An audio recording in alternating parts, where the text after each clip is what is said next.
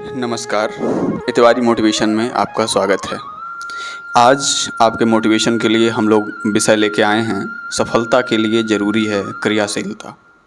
तो चलिए इस विषय पे चर्चा करते हैं और आप इस वीडियो को अंतिम तक देखिएगा और आपको जो भी इस वीडियो में जो पॉइंट आपको मोटिवेशन के लिए प्रेरित करें उसे आप ज़रूर कमेंट में हमें बताएं। तो चर्चा शुरू करते हैं। सफलता की चाह हर व्यक्ति को होती है।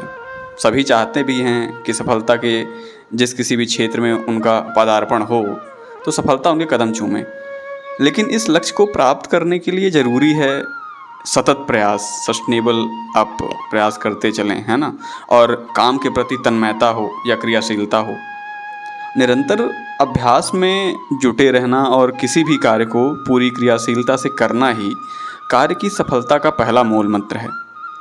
इसके विपरीत यदि कोई व्यक्ति कार्य को बेहद अनमने भाव से करता है, वह न केवल कार्य के प्रति बोरियत में वृद्धि करता है बल्कि उसे लक्ष्य भी उससे बेहद दूर लगने लगता है ना।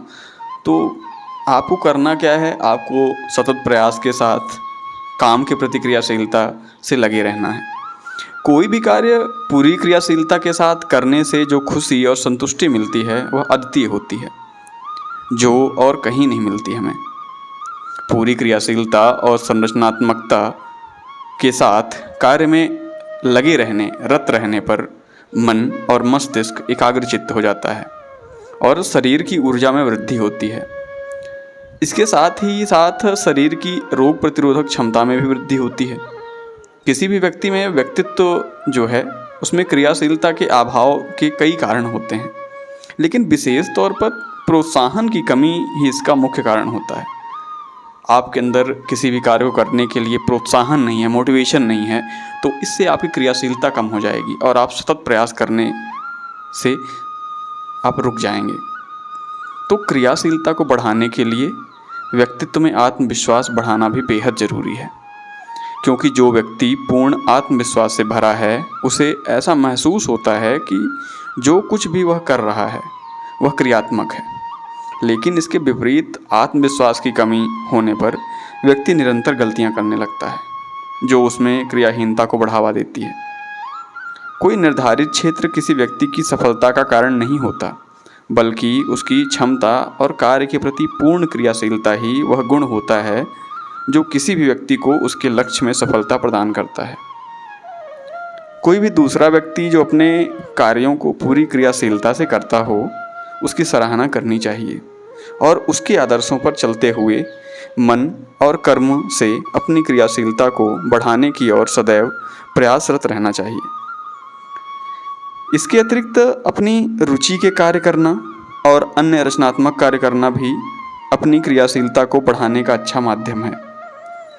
जैसे संगीत सुनना हो गया, पेंटिंग करना हो गया, गाने गाना, जैसे कई अन्य रचनात्मक कार्य हैं जिनको करने से आपको आनंद प्राप्त होता हो, आपको खुशी मिलती हो, आपको ऐसा लगता हो कि मेरी थकान जो है तो मिट गई है ना, ये काम करके। तो आप उन्हें पूरी निष्ठा से करते हैं, जिसमें आपको ये दिखता होगा कि आप जो आपकी क्रियाशीलता है ना, आपकी क्रियाशीलता में वृद्धि हो रही है। इसी तरह से ऐसे रुचिकर कार्य ढूंढिए आप, है ना, जो आप पूरे मन से कर पाएँ।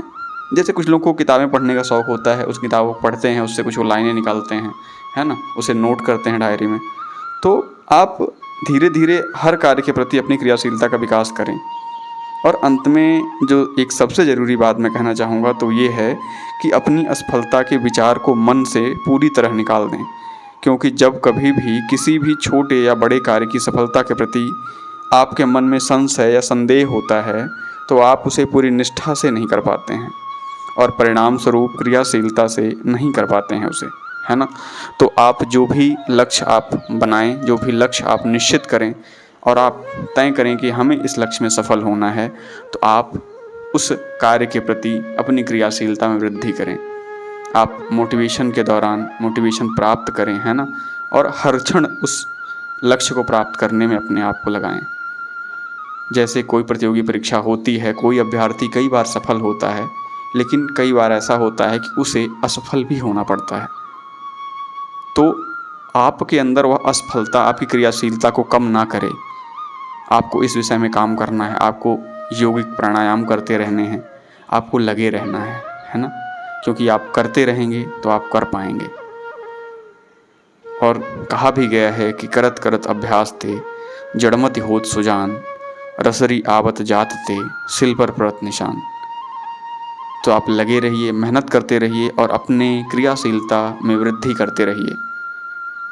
तो चलिए, बहुत बहुत धन्यवाद आपका कि आपने इस वीडियो को पूरा देखा, और आप हमें ज़रूर बताएं कि इतवारी मोटिवेशन से आपको क्या सीखने को मिल रहा है।